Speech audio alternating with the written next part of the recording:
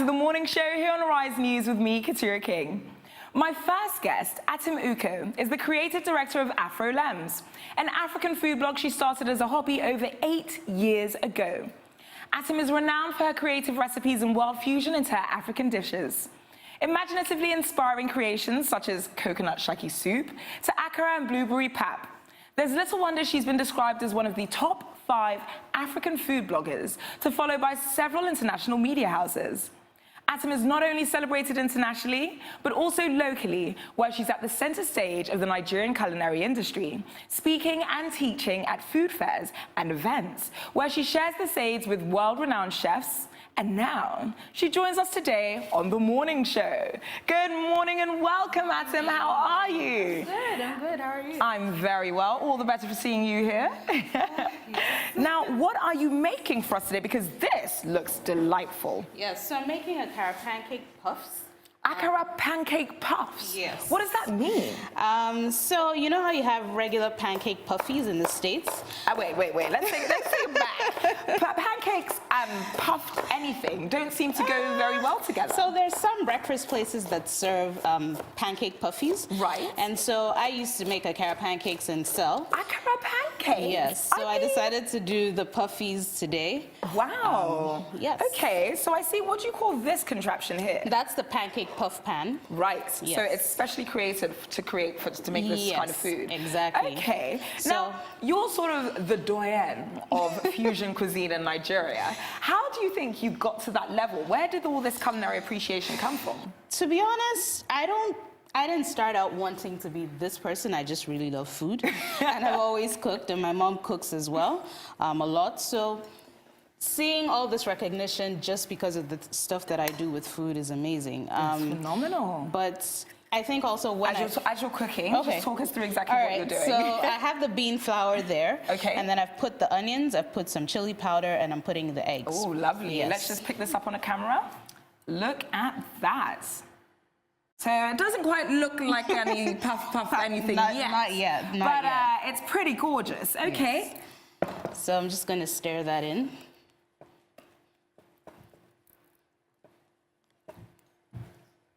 So you make these very interesting fusions from coconut shaki soup to Accra and blueberry pap to gizzard dodo dumplings. What is going on? How do you create these, come up with these almost sort of crazy recipes? I'm really always inspired by other cuisines in the world. Right. So for me, I just take the learning from that and then just try to do something different with it. So I love that. And even pancakes, which are as Yes. simple as ABC. Exactly. I mean, you've managed to create your own fusion version of Exactly. this. Where does the inspiration come from? So growing up, my mom was a bit more experimental with food. Right. So I kind of always have been experimental just because of that. So yeah, and I read a lot. I go through a lot of videos on YouTube just to see what's there, and then I try to look at Nigerian food and try to apply it to that. So Right. Yeah. And you took part at the GTB Food Fair. Yes, Where you sold out of 4 whole goats. What? What does that mean? Yes, that was actually very interesting. So I went there not really expecting to, I mean, I didn't plan to budget for all the people that I saw there. Right. But then the first day, many people came, bought the goats, we're done. And so I'm like, okay. Bought the goats. So are the people buying whole goats from you? No. So I had pancakes and asu. Okay. That's the dish that everybody knows me for Right. in Nigeria. So I had pancakes and asu, and then I got 5 goats by the next day. And in an hour, it all sold out. What? Yes. That is because people phenomenal. came just specially for that. So, Wow. That is phenomenal stuff. And what kind of pancakes are you making for us today? Accra pancakes. Accra pancakes. Yeah. So we can see some of those on screen now. These are the fusion pancakes that you're readily known for. Yeah. Yes. That's the acha pancake. Acha is a grain that's popular in the middle belt part of Nigeria. Right. And some other West African countries. So yeah, I try to play around with recipes like that, just to create more stuff. And where did the love for cooking come from? My mom, really. She kind of forced me, / my grandma, Right. forced me to learn how to cook. At first I was like, but then I started creating recipes and then it was all fun. And so I'm like, okay, why not? Continue with it, right? That is amazing. Do you think it's a very African thing to make sure that your girls were always in the kitchen and learning how to cook from the grandmothers? Definitely. But the funny thing is, in my house, it wasn't just about the girls. It was the boys too.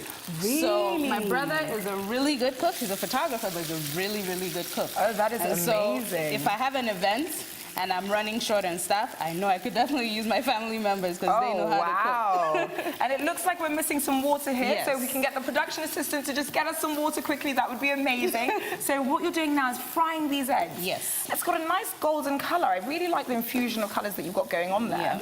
So talk to me about the flavors in these eggs. So I'm using parsley. I love the freshness of parsley in my eggs. And I'm using some tomatoes, some cherry tomatoes, and then just regular Let's get a close-up shot of these eggs. It's gorgeous. Yellow, reds, greens, whites. Yummy. I could eat this on its own. Now, you recently returned from a trip to Morocco. Yes. Tell me about that experience. So Morocco, I mean, I was blown away by the type of food that they had. I was blown away. Tagines are very popular there. Yeah. So for me, I was just amazed at the. Let me just turn this down. Okay, so go on. Yes. So the tagines, I was amazed by it. They had a lot of spices that I guess are more common in northern Nigeria. Right. You would have the cumin, saffron is everybody's holy grail. Of course. You have the curries. They just had really, really vibrant flavors. Okay. So for us, I was trying to find similarities in our cuisine. I would say that taste-wise, they still would compete with Nigeria a little bit. So Nigerians like a lot of spice. yeah, but it's not the same kind of spice, though, It's is it? not, but it's also not something that you'd feel like you're missing home completely. I don't know about that, girl. When I went to Morocco, I went with my chili oil, and I was missing my aforiro. Well, in all fairness, it's not as peppery. Yes. So when I say spice, I'm saying flavor as well. So flavor, we could compete. Yes. But pepper, obviously not. That's take not the cake. No, that's not a thing that they would be doing. So we're still waiting for this some water to just get as we go. Maybe we should make some more eggs as we keep talking. So tell me about the event or person that shaped you the most. I guess I would say, I don't want to keep defaulting to my mom, but she's a major influence in my culinary world. She's also been in the industry for a really long time. Yes. And she's worked on a lot of food brands in Nigeria. So a lot of my experiences are related to her. Okay. Yeah, a lot of that. But I'm also learning from a lot of chefs globally. Yes. Chef Pierre from Senegal. Yes, Atim. Yeah, he's doing an amazing job in... He's very big in the Afrofusion scene as well. Yes, I think when I started blogging, there were obviously not many people doing that. But Chef Pierre has kind of, maintained his momentum the whole time. Yeah. And he was one of the early people I discovered outside of Nigeria doing anything online in the culinary world. So. Oh, that is amazing. Yes. Okay, so we've got some more parsley. Tell me why you fry the parsley. It's quite interesting. Yeah, well, to be honest, I don't really have any particular reason. Like I said, I love the freshness of the herbs of parsley in my eggs. Sometimes I have black pepper, and then I use that. Yes. But parsley, I don't know. There's just something amazing about it. Okay, looks like our fairy godmother has magically brought some water. Brilliant. So we can get on with these pancakes. Thank you. So tell me about this process now. Why are we putting water in the bean flour? So it's pancakes at the end of the day, right? Right. So you still need to make it very liquid in order for it to Let's fry try in and the pick this pancake up on a puffin. closer camera I just to want to really mix see it. what we're doing here. So why did you put the eggs in before the water? Was there any particular reason? No particular reason. I mean, I could, if I had a food processor, I'd probably do everything at the same time. Ah, okay. Yeah. Yes. Fantastic. So you could break the eggs in. Okay, I will do that. And do I need to sort of whisk them beforehand, or can I just drop them in? Yeah, you can drop them. Okay. Oh my goodness, you can tell I don't cook. There we go. So this is really nice breakfast food. Yeah. And I like how you've infused the Nigerian flavors with the continental flavors and the standard continental dish, which is a pancake and egg dish. But it's become very African. Yes. So where did these concepts come from? Because blueberry pap is not, it's a very weird idea. How did you come up with it? So I make zobo syrup a lot at home. From hibiscus flower? Yes, and I also sometimes add blueberries to it, but then I put zobo syrup on everything. And so one day I was having pap with Accra pancakes, the regular pancakes. Right. And then I put some zobo syrup on it. And then I was like, okay, well, the blueberries would go with this as well. And so I tried that, and there we were. The rest is history. Yes. Now, speaking of African foodie renditions, you made a version of wache that Ghanaians were not very enthused about. What happened, Atim? Jesus. So I think generally West Africans, or I wouldn't even say just West Africans, people all over the world, if they're used to seeing a particular dish a certain way, they don't want to see it any other way. Right. And so I just did a different presentation. So instead of putting everything together the same way Ghanaians would do it, I kind of did a deconstruction of the dishes, of the dish rather, and put the elements separately on the plate. And oh my God. Isn't that how they serve it? They kind of serve it separately. You have to have everything kind of mixed together. Oh, we can see it on screen now. Oh, honey child. How did you think you were ever going to get away with that? And I think the worst part of it was I posted it on the Independence Day for Ghana. And so people were like, okay, so the dishes are independent now or what? So it was a whole big thing. We can see some of those tweets. Nkrumah didn't die. Girl. People went in. People went so in. Wow. They went in for this. That is crazy. So you're quite key on plating food and not just sort of slapping it on the plate and seeing where it sticks. Where did this plating, love of plating come from? Or the art of plating, if you will? I think... Let's just place this here. Yeah. Thank you.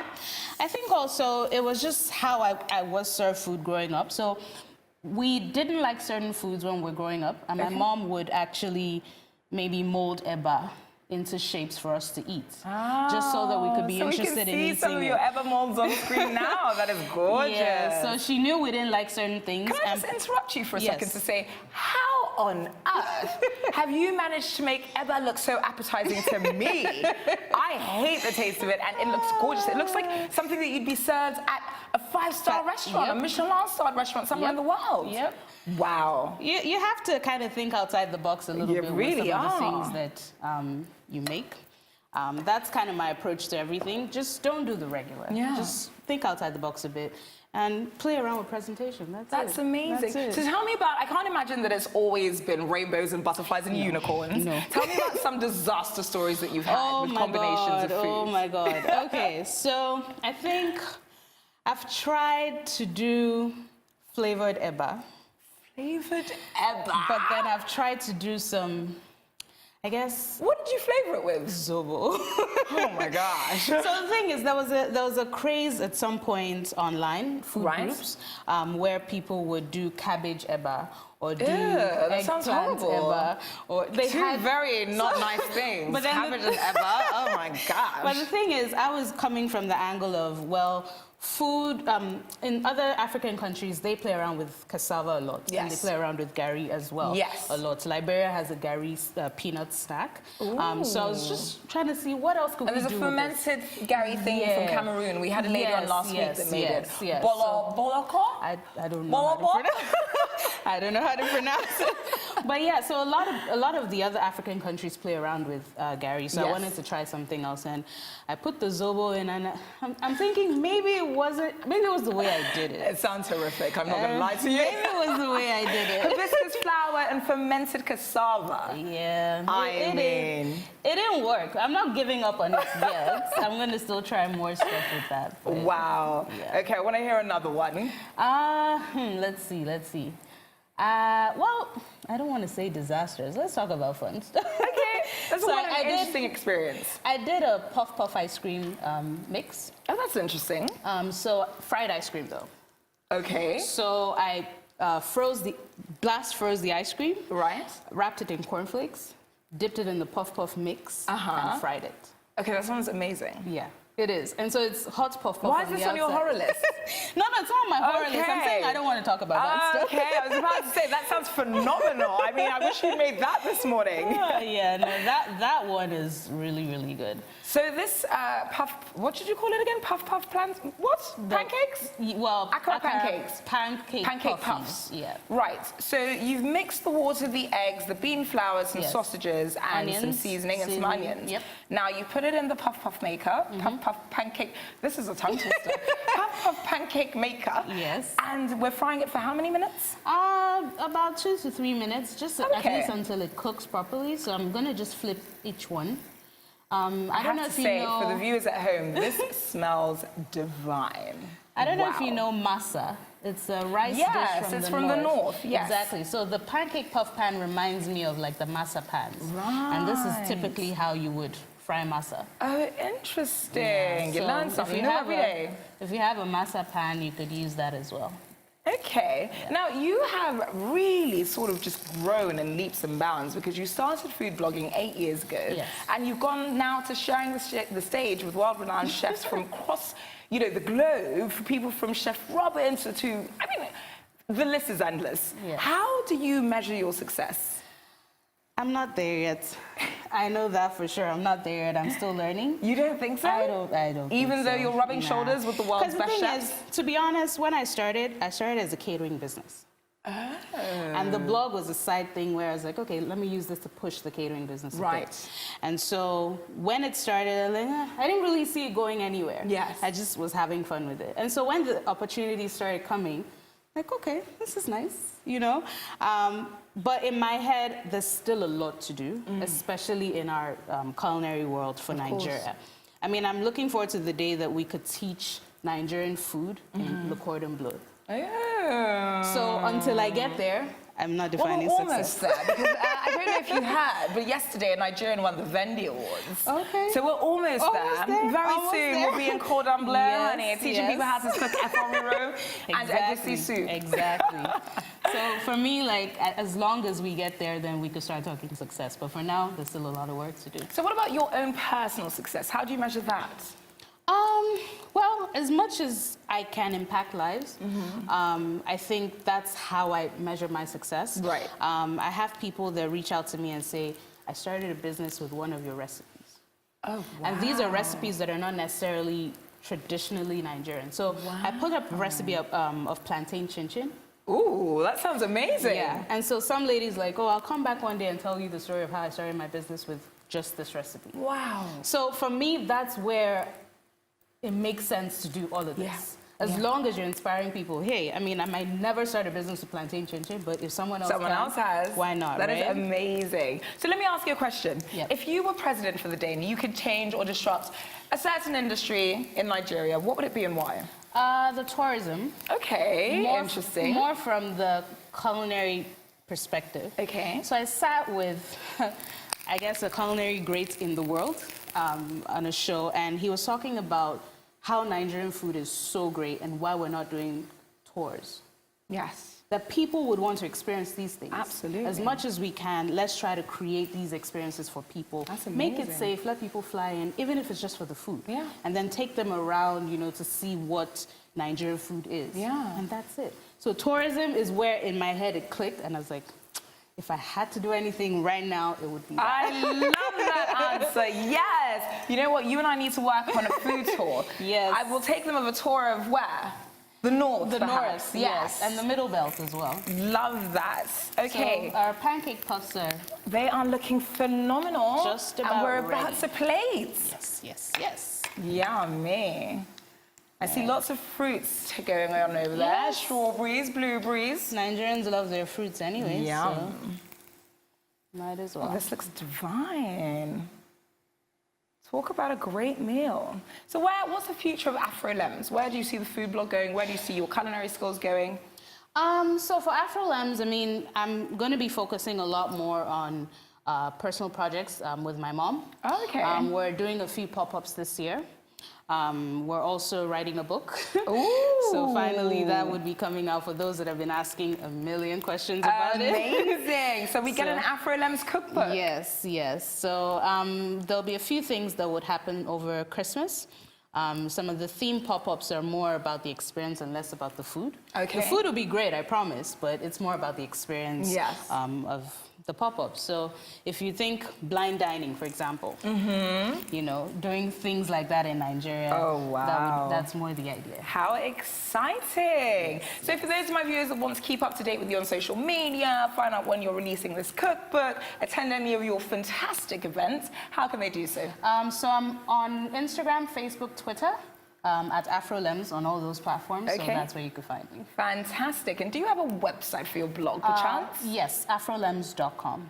Amazing stuff. Thank you so much, Atim. So you want to try this? I'm definitely going to during the break. So it's time now for a short break on the morning show, but when we return, it's time to taste some food with our in-house chef, Doyen Adio. Don't go away.